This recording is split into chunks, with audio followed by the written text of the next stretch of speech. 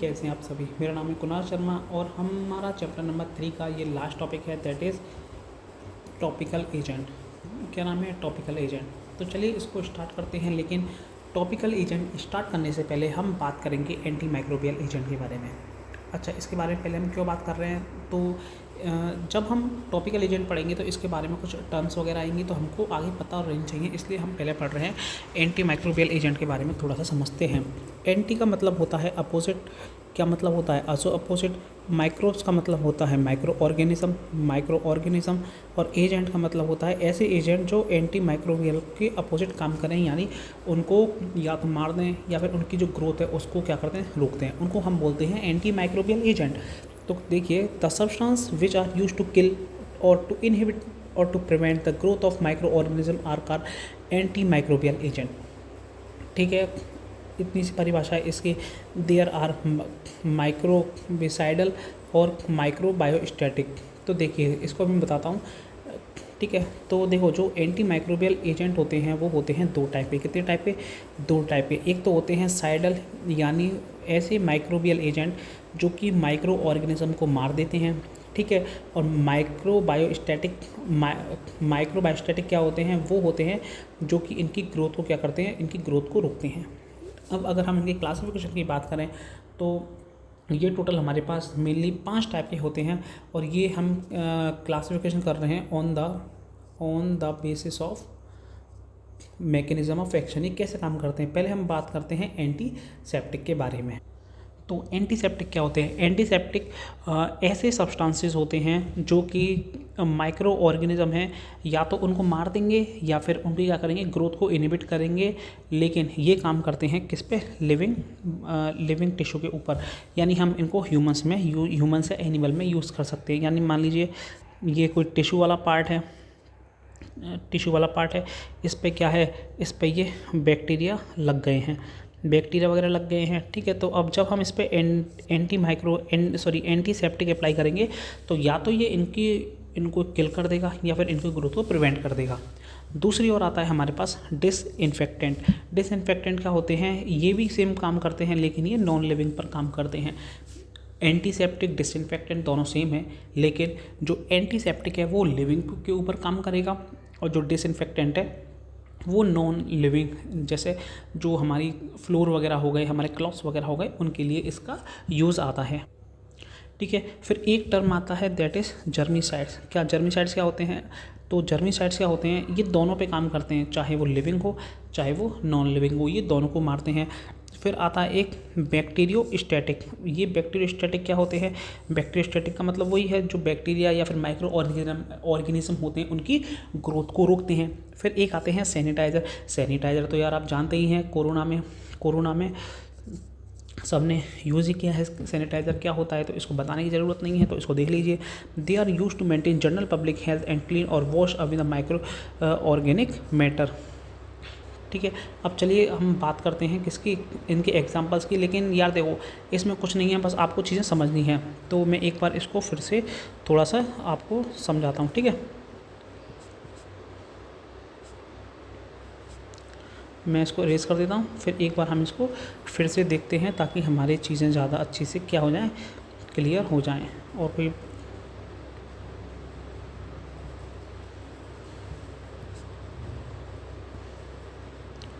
तो देखो, हमने देखा एंटी माइक्रोबियल एजेंट क्या होते हैं। एंटी माइक्रोबियल एजेंट वो एजेंट होते हैं जो कि माइक्रो ऑर्गेनिज्म के अपोजिट काम करते हैं, यानी इसको लिखते हैं ऐसे एजेंट जो माइक्रो ऑर्गेनिज्म के अपोजिट काम करते हैं। ठीक है, कैसे काम करेंगे? या तो उनको मारेंगे। कैसे काम करेंगे? इनके काम करने के दो मेथड हैं, या तो उनको मारकर या उनकी ग्रोथ रोककर, या ग्रोथ रोक कर। ये दो प्रकार के होते हैं, एक तो होते हैं स्टैटिक, एक होते हैं साइडल। दो प्रकार के होते हैं, एक तो होते हैं साइडल साइडल को जो मार्कर काम करेंगे उनको बोलेंगे साइडल, और एक होते हैं स्टैटिक STATIC, जो नहीं ग्रोथ को रोक के काम करेंगे उनको हम बोलेंगे स्टैटिक। फिर हमने देखा था कि ये अलग अलग टाइप के होते हैं। एंटीसेप्टिक वो होते हैं जो कि लिविंग ऑर्गेनिज्म पे काम करते हैं, डिसइंफेक्टेंट वो होते हैं जो नॉन लिविंग पे काम करते हैं, जर्मिसाइड वो होते हैं जो नॉन लिविंग और लिविंग दोनों पे काम करते हैं। बायोस्टैटिक हमने ऊपर देखा, ये ग्रोथ को रोक रहे थे। सैनिटाइज़र आप जानते ही हैं कोरोना में यूज़ आए थे। अब एक एक करके हम इनके कुछ एग्जाम्पल देखते हैं जो कि हमें सिलेबस में दिए गए हैं।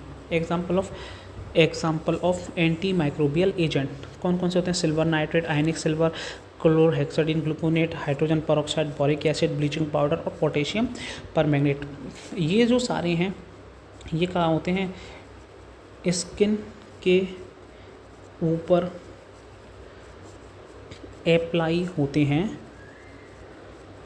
हैं और जो स्किन के ऊपर अप्लाई होते हैं उनको हम क्या बोलते हैं?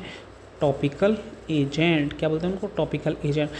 Topical agent are those agent which applied on the skin, यानी स्किन के ऊपर लगते हैं। जैसे ये आपका हाथ है, 1 2 3 4, हाँ ठीक है, ये आपका हाथ है, तो टॉपिकल एजेंट जो है क्रीम पाउडर वगैरह होती है ना, ये सब स्किन के ऊपर लगती है, तो ये क्या हो गया? टॉपिकल एजेंट हो गए। अब ये सारे ये भी क्या हो गए? क्योंकि स्किन के ऊपर लग रहे हैं, ये सारे टॉपिकल एजेंट हो गए। अब इनको एक एक करके हम समझेंगे, चीज़ों को पढ़ेंगे। चलिए हम अब स्टार्ट करते हैं किसके बारे में? टॉपिकल एजेंट के बारे में। टॉपिकल एजेंट क्या होते हैं, तो आइए समझते हैं। टॉपिकल एजेंट में ऐसे एजेंट या ड्रग जो स्किन के ऊपर अप्लाई होते हैं, ऐसे एजेंट या ड्रग जो स्किन के ऊपर अप्लाई होते हैं उनको हम टॉपिकल एजेंट बोलते हैं। तो देखिए कैसे लिखा, topical agent applied to the skin and mucous membrane of the for local effect. ये हमको लोकल इफेक्ट देगी। यानी लोकल इफेक्ट से क्या मतलब है? जैसे ये हमारा हाथ है,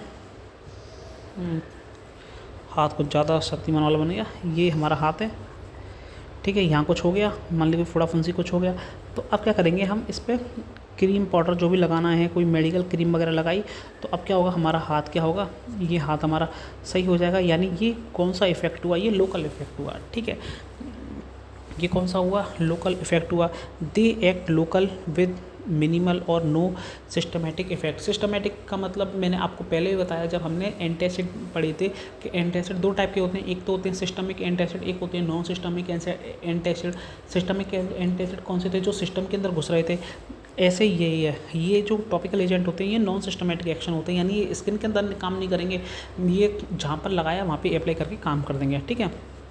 तो जो हमारा पहला जो है वो है सिल्वर नाइट। जैसे कौन कौन के इसके टॉपिकल एजेंट के कुछ एग्जांपल हमारे जो सिलेबस में दे रखे हैं वो हैं silver nitrate, chlorhexidine gluconate, hydrogen peroxide, potassium permanganate, केमेनोफोर, बोरिक एसिड, ब्लीचिंग पाउडर। ये भी हमने एंटी माइक्रोबियल एजेंट के अंदर भी हमने ये कुछ एग्जांपल देखे थे, ठीक है। चलिए एक एक करके इन चीज़ों को समझते हैं, जिसमें से कि पहला हमारा है सिल्वर नाइट्रेट। क्या है हमारा? Silver nitrate. सिल्वर नाइट्रेट जो है उसको हम बोलते हैं AgNO3। AgNO3 क्या है? एंटीबैक्टीरियल है। अब आप जानते हैं एंटीबैक्टीरियल क्या होता है। अच्छा, जो क्या नाम है इसका? AgNO3 यानी सिल्वर नाइट्रेट जो है, इसका 1% सॉल्यूशन आँख धोने के काम में यूज़ होता है। आँख धोने के काम में यूज़ होता है। यानी अगर मान लीजिए यदि हमारे पास 99% पानी है तो उसमें 1% AgNO3 यानी पोटेशियम नाइट्रेट डाल देंगे ना, तो उससे हम अपनी आंखों को वॉश कर सकते हैं। अगर मान लीजिए किसी का हाथ वगैरह या किसी की बॉडी में बर्न हो जाता है, ठीक है, जल जाता है, तो उसके अंदर भी हम सिल्वर नाइट्रेट का यूज़ करते हैं। अच्छा, इसका एक यूज़ हमारा कमर्शियल यूज़ में भी होता है। जो आपने जो बिल्डिंग्स होती है ना, इनके अंदर आपने ग्लास देखे होंगे, ये ग्लास होते हैं ना, इसमें भी सिल्वर नाइट्रेट की क्या होती है? कोटिंग होती है। अच्छा, इसको स्टोर कहाँ करते हैं? Store in tightly closed light resistant non metallic container. तो देखो इसके लिख फैंसी रहा है, तो बता क्या मतलब है इसका? कांच की बोतल जिसके अंदर लाइट वाइट नहीं जाए ना, उसमें स्टोर कर दो। जो काली वाली बोतल आया करती थी ना, हाँ बस वही, ठीक है। अगला जो हमारा टॉपिकल एजेंट है दैट इज़ क्लोरहेक्साडीन ग्लूकोनेट। क्या है? क्लोरहेक्साडीन ग्लूकोनेट। क्लोरहेक्साडीन ग्लूकोनेट ये हमारा अगला टॉपिकल एजेंट है। इसमें क्या होता है? ये एक वाटर सॉल्युबल क्या है? कंपाउंड होता है। ये बैक्टीरियोस्टैटिक भी है, बैक्टीरियोसाइडल भी है। अब यार देखो, ये जो टर्म्स लिख रही हैं बैक्टीरियोस्टैटिक, बैक्टीरियोसाइडल, ये सारी टर्म आपको पता होनी चाहिए, क्योंकि ये मैंने क्लियर कर दी हैं। बैक्टीरियोस्टैटिक का मतलब होता है जो बैक्टीरिया ग्रोथ को रोक रहा है और उनको ख़त्म कर दे। बैक्टीरियोसाइडल, अगर इसकी कंसंट्रेशन ज़्यादा हो जाएगी, इसकी कंसंट्रेशन ज़्यादा हो जाएगी तो ये तो बैक्टीरिया ख़त्म कर देगा, कम होगी तो इनकी ग्रोथ को क्या करेगा, रोक देगा। अच्छा, काम कैसे करता है? काम ऐसा करता है, यहाँ पर देखिए मेथड ऑफ एक्शन, ये देखो ये बैक्टीरिया है, ये क्या है, बैक्टीरिया है। इस बैक्टीरिया की जो ये क्या है, बाहर सेल वॉल है, इसकी क्या है, बाहर सेल वॉल है। अब सेल वॉल के पास ये जो सेल वॉल है, इससे पॉजिटिव चार्ज भी है और नेगेटिव चार्ज भी है। क्या है, पॉजिटिव चार्ज भी है और नेगेटिव चार्ज भी है। अब होता क्या है, जो क्लोरहेक्सिडिन है उसमें मेनली क्या होता है, पॉजिटिव चार्ज होता है। इसका जो पॉजिटिव चार्ज होता है इस नेगेटिव चार्ज पे आके लग जाता है। जब ये नेगेटिव चार्ज आके इस पर लगेगा तो इसकी जो सेल वॉल है ये टूट जाएगी। अब ये जब सेल वॉल टूट जाएगी तो ये जो बैक्टीरिया होता है वो मर जाता है। ये इसका मेथड ऑफ एक्शन ऐसा काम करता है। तो क्या लिखा है यहाँ पर, थोड़ा देखिए, because of its cationic nature CHS attaches to the negatively charge site in a bacterial cell wall and interfere with osmosis thereby disrupting the cell wall। देखो ये टूटेगी सेल वॉल तो इसके अंदर पानी वगैरह घुस आएगा और ये बैक्टीरिया एट द एंड मर जाएगा। ये ऐसे काम करता है। और दूसरा मेथड क्या है, दूसरा मेथड होता है, ये क्या होगा, ये दांत हो गए किसी के, इस पे क्या प्लाक जमा हुआ है। जब इसका हम क्लोरहेक्सिडिन का थोड़ा सा पेस्ट लगा के यूज़ करते हैं ना तो ये दांतों की सफाई हो जाती है। तो ठीक है, अब एक दिक्कत और होती है, आपने कभी कभी देखा होगा किसी के जो मसूड़े होते हैं ना वो सूज जाते हैं, तो एंटी जिंजिवाइटिस बोलते हैं उस कंडीशन को। तो उसमें भी तो उसे हम बोलते हैं जिंजिवाइटिस। ठीक है, अब इसके अपोजिट काम करेंगे तो हम उसको देते हैं एंटी जिंजिवाइटिस। उसको क्या देते हैं हम, एंटी जिंजिवाइटिस देते हैं। क्यों देते हैं, ताकि उसकी मसूड़ों की सूजन रुके। फिर आता है boric acid, that is H3BO3। ये एक वीक एंटीबैक्टीरियल और एंटी फंगल है। ठीक है, आँख धोने में काम होता है। ये एग्जांपल तो आपने अपनी 11th क्लास की NCERT में भी पढ़ा होगा। 11th क्लास की NCERT में भी दे रखा है इसका एग्जांपल, बोरिक एसिड वाला है ना, और 12th क्लास में भी दे रखा है। और used in the buffer in a topical preparation. Storage कहाँ होती है इसकी, use to store in the well close container. ठीक है, अब जो अगला हमारा टॉपिकल एजेंट है वो क्या है, ब्लीचिंग पाउडर। ब्लीचिंग पाउडर का दूसरा नाम जो है वो है क्लोरिनेटेड लाइम, या फिर जिसे हम बोलते हैं कैल्शियम ऑक्सीक्लोराइड। तो देखो ब्लीचिंग पाउडर का जो स्ट्रक्चर होता है ना वो ऐसा होता है, OCl और Cl।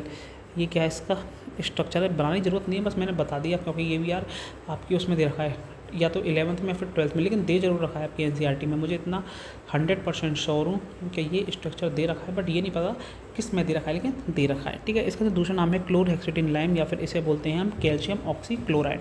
बनता कैसे है, बनता ऐसे है, देखो जैसे हमने ये ले लिया स्लैक लाइम।